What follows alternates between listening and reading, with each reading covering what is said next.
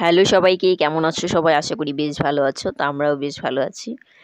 তো সকাল থেকে বিকেল পর্যন্ত একটা ব্লগ, আশা করি তোমাদের খুব ভালো লাগবে। কি কি করলাম ওটাই তোমাদের সঙ্গে শেয়ার করব। তো একেবারে সকালে ঘরের কাজগুলো গুছিয়ে চলে যাব রান্না করতে। আজকে একেবারে তাড়া নেই, একদম ধীরে সুস্থেই করব। কারণ আজকে বর চলে গেছে কাজে, একেবারে সকালে গেছে, ওর জন্য আর কিছু খাইনি। হ্যাঁ, শুধু চা করে দিয়েছি, মানে ভাত খাইনি। তো বাড়ির সম্বন্ধে রোজদিনই মাছ নিয়ে যায় একটা কাকু, তো কাকুর থেকেই রাখলাম বাটা মাছ। আজকে আর অন্য কোনো মাছ নেই, মানে প্রতিদিন অনেক মাছই থাকে, আজকে আর কোনো মাছ নেই। তো বাজারে যাওয়ার একদম টাইম নেই, তো ওর জন্য না আজকে আর কি রান্না করব। আবার কাজের ছেলে ওরা খাবে, ওটা আমি জানতাম না, বলেও নি। তো ওরা কাজে গেছে বেশ কয়েকদিন থেকে, 4-5 দিন হলো ওরা কাজে গেছে, আজকে বাড়িতে ফিরবে। তো আমাদের কাজগুলো এরকমই, এখন বিয়ের তো বেশ সিজন চাপ আছে। তো এক জায়গায় কাজ করে আরেক জায়গায়, মানে ছুটি নেই। তো আজকে 4-5 দিনে বাড়িতে এসেছে, তো আমি জানতাম না ওরা যে খাবে। তো আমি রান্না করে ফেলেছি, তারপর ওরা এসেছে। তো যদিও শর্ট পড়েনি, দুবেলা রান্না একসঙ্গে করেছিলাম। তো চাল আনতে গেলাম, ওই যে একটা ইঁদুর বস্তা থেকে বেরিয়ে দৌড় দিয়েছে, সেই কাগজে আটকে গেছে। আর ওদিকে যে আমার পুচকু চলে এসেছে, সকালে একবার এসেছিল, আমার একটু খেলাধুলা করে পাঠিয়ে দিয়েছি খাওয়ার জন্য ওর মার কাছে।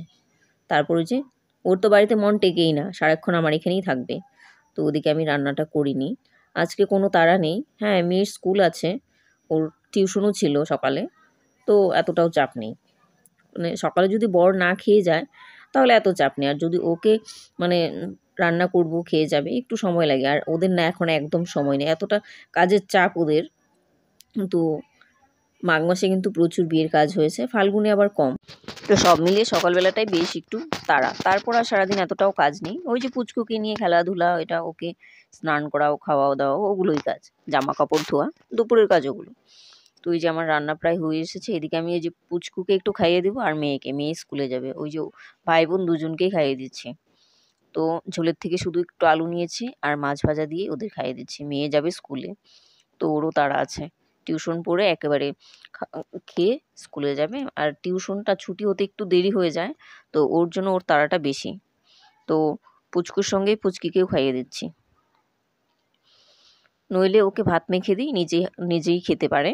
এতটাও আমার মেয়ে খুব শান্ত, একদমই দুষ্ট নয়, বেশ বরাবরই কথা শুনে, খুব ভালো।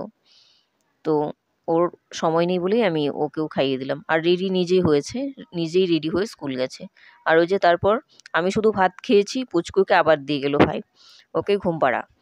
তো ও তো আমাকে ছাড়া ঘুমোয় না, তো আমি একটু ওই গান বলেই ঘুম পাড়িয়ে দিই। তো ওই যে ঘুমিয়ে গেছে, আর না আমার উঠতে একদম ইচ্ছে করছে না। বাসন ধুইনি কিন্তু উঠতে একদম ইচ্ছে করছে না। ওকে পায়ের মধ্যে আজকে ঘুম পাড়িয়ে রাখলাম, যতক্ষণ ঘুমোলো পায়েই ছিল, মানে উঠিনি আমি একটু ফোন ঘাঁটছিলাম। তো ওই যে পুচকু ঘুমিয়ে গেল। তো দেখো পুচকু ওদিকে ঘুমোচ্ছে, তখন আমাদের ওই যে লেবাররা চলে এসেছে, ও গান শুনে শুনে ঘুমিয়ে ঘুমিয়ে নাচ করছে, ঘুমের মধ্যেই নাচ করছে।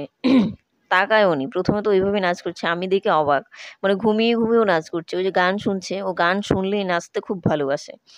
তো ওদিকে ওই যে ওরা চলে এসেছে, তো ওরা মালগুলো ঘরে রাখলো, ওদিকে আমিও খেতে দিয়ে দিলাম ওদের। তো আজকে রান্না করাই ছিল, যেহেতু দুজন খেয়েছে, মানে কম পড়েনি। তো বরের জন্য আবার একটু ভাত করতে হয়েছে, সবজি তো ছিল। তো ওই যে তারপর খাওয়া দাওয়ার পর আবার সেই মেয়েও স্কুল থেকে এলো, দুজনকেই ঘুম পাড়ানো বিকেলে। তারপর একটা বাড়িতে, ওই পাশের বাড়িতে অনুষ্ঠান, ওখানে